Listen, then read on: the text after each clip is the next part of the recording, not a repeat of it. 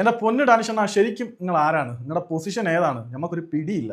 എന്താണെന്ന് വെച്ചാൽ ഡാനിഷ് ഫറൂഖിന്റെ പ്രകടനം കാണുമ്പോൾ നല്ല നിരാശ ഉണ്ടായിരിക്കും. അതിന് കാരണങ്ങൾ ഒരുപാടുണ്ട്. പുള്ളി അദ്ദേഹത്തിന്റെ കരിയർ ആരംഭിക്കുന്ന ഒരു സ്ട്രൈക്കറായിട്ടായിരുന്നു. പിന്നീട് കുറച്ച് ക്രിയേറ്റിവിറ്റി ഉണ്ടെന്ന് കണ്ട് അദ്ദേഹത്തിനെ മധ്യനിരയിലേക്ക് വിടുന്നു. മധ്യനിരയിലാണ് കളിക്കുന്നതെങ്കിൽ പോലും അദ്ദേഹത്തിന് എപ്പോഴും അറ്റാക്കിംഗ് ഇന്റന്റ് ആണ്. അതുകൊണ്ട് സെക്കൻഡ് സ്ട്രൈക്കറായിട്ട് നിയമിക്കുന്നു.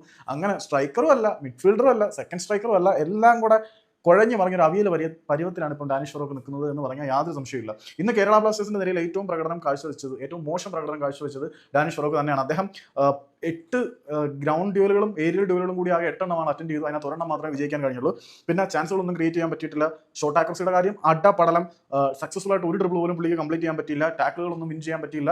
നോക്കുമ്പോൾ അബ്സല്യൂട്ട്ലി സീറോ പെർഫോമൻസ് ആണ് ഡാനിഷ് ഫറൂഖിന്റെ ഭാഗത്തു നിന്ന് ഉണ്ടായത്. പ്ലെയർ റേറ്റിംഗിലൊക്കെ വളരെ താഴെയാണ് ഡാനിഷ് ഫറൂഖ് നിൽക്കുന്നത് എന്നുള്ള കാര്യം മറന്നുകൂടാ. എന്നിട്ടും ഡാനിഷ് ഫറൂഖ് എന്തുകൊണ്ട് ടീമിൽ വരുന്നു ആദ്യ ഇലവനിൽ തുടർച്ചയായി എന്നുള്ള ചോദ്യത്തിന് മിഖായൽ സഹറയുടെ മറുപടി വളരെ കൺവിൻസിംഗ് ആണ്.